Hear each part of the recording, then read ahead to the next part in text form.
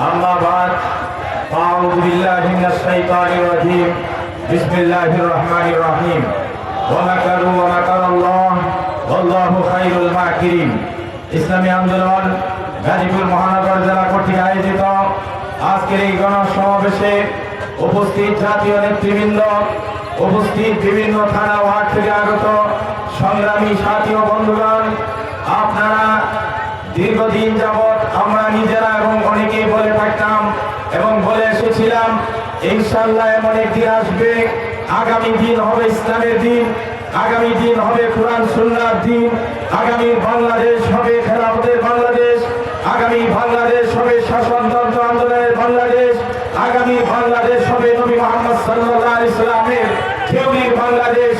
ইনশাআল্লাহ সময় এখন চলে এসেছে, এখন সময় ইসলামের, এখন সময় কোরআনের, এখন সময় ইসলামী আন্দোলনের কথা বলে ঠিক কিনা?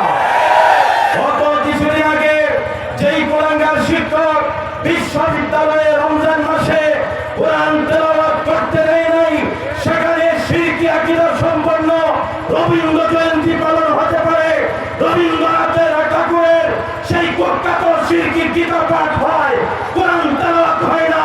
আজকের বাংলাদেশ প্রমাণ হয়েছে ওই শিক্ষককে কোরআন তেলাওয়াত শুনে পদত্যাগ করতে বাধ্য করা হয়েছে।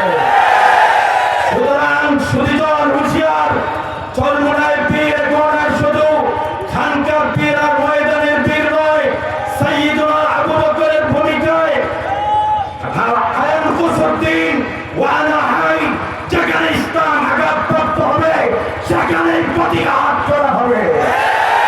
উমরের ভূমিকায় বলেছিলেন আলাসনা আলাল হক ওয়াহুম আলাল বাতিল, আমরা বলতে চাই নবনিয়তার দিন শেষ, ইসলামের বাংলাদেশ। সংগ্রামী সাথী ও বন্ধুগণ, সুতরাং যে কথাটা আমরা বলতে চাই, সাবেক প্রধানমন্ত্রী মুখ ফসকে অথবা স্বার্থ সিদ্ধির জন্য একটা কথা বলে আমাদেরকে ধোঁকা দিয়ে বলেছিলেন আমাদের বাংলাদেশকে তিনি মদিনার সনদে পরিচালিত করবেন। কথা বলে ঠিক কিনা? আল্লাহ পরিকল্পনা করেন আপনার জবানের সেই কথা প্রতিফলন হয়েছে। এখন আমরা দাবি জানাতে চাই, আমরা মদিনার আদালতে, মদিনার সনদে দেশ চলবে। হাত ভাঙ্গার হুঁশিয়ার, পাকিস্তান পাঠিয়ে দেওয়ার হুঁশিয়ার যারা করেছিল তাদেরকেই বাংলার ফাঁসির মঞ্চে দাঁড় করাতে হবে। জাতীয় মহাসচিব, আইনগত পরিষদ সহ সকল ইসলামী সংগঠনের ঐক্যবদ্ধ প্ল্যাটফর্ম তৈরি করেন, ইসলামের বাংলাদেশ গড়ে হাতে হাত তুলুন। কথা বলে ঠিক কিনা? আসসালামু আলাইকুম।